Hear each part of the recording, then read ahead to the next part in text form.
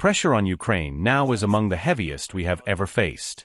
At this moment, Ukraine may find itself before a very difficult choice, either the loss of dignity, or the risk of losing a key partner, either the tough 28 points, or an extremely hard winter, the hardest winter. And the further risks are life without freedom, without dignity, without justice. If Kyiv does not want to discuss President Trump's proposal and refuses to do so, then both they and the European warmongers must understand that the events that took place in Kupiansk will inevitably be repeated in other key areas of the front. Perhaps not as quickly as we would like, but it will inevitably happen again.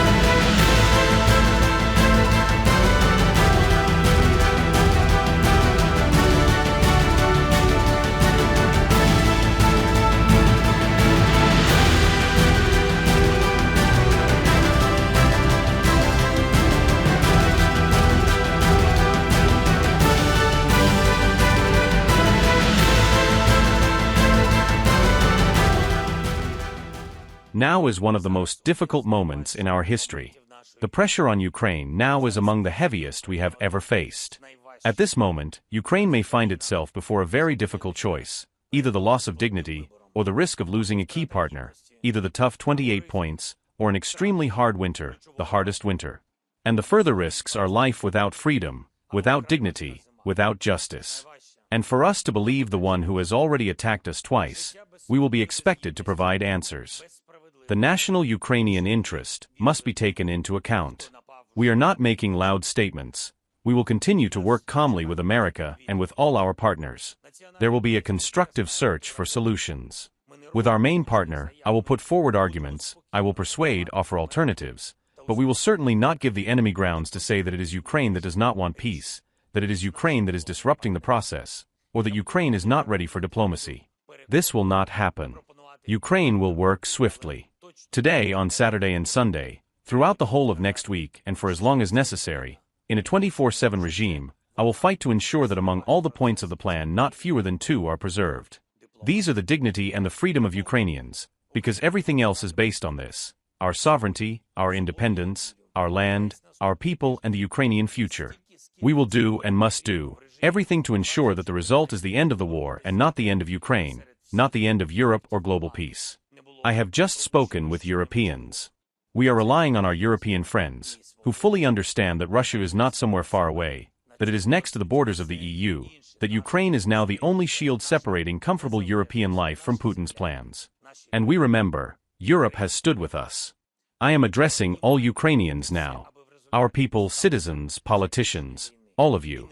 We need to gather ourselves, to come to our senses, to stop the infighting, to stop the political games.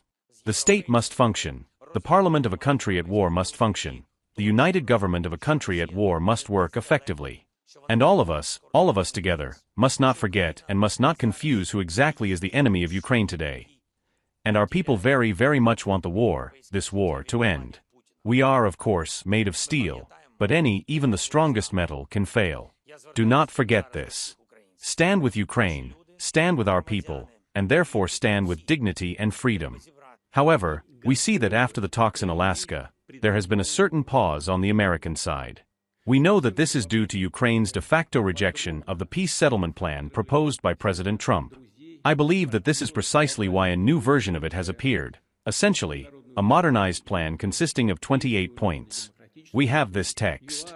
We received it through our existing channels of communication with the U.S. administration. I believe that it too could form the basis for a final peaceful settlement. But this text has not been discussed with us substantively. I can guess why. I believe the reason is the same. The U.S. administration has so far failed to secure the agreement of the Ukrainian side. Ukraine is against it. Apparently, Ukraine and its European allies are still under the illusion that they can inflict a strategic defeat on Russia on the battlefield. I think this position is based not so much on a low level of competence, I will not discuss this aspect of the matter now, but most likely, on a lack of objective information about the real situation on the battlefield. Apparently, neither Ukraine nor Europe understands where this may ultimately lead. I can give you the most recent example, Kupiansk. Quite recently, as we remember, on November 4th, 2 weeks ago, it was publicly stated in Kyiv that there were no more than 60 Russian servicemen in this city, and that within the next few days, as was said, this city would be completely unblocked by Ukrainian troops. But I want to inform you that by that moment, on November 4th, the city of Kupiansk was almost entirely in the hands of the Russian armed forces. Our guys were, so to speak, just finishing up and clearing out individual neighborhoods and streets. The fate of the city had already been sealed at that point. What does this tell us?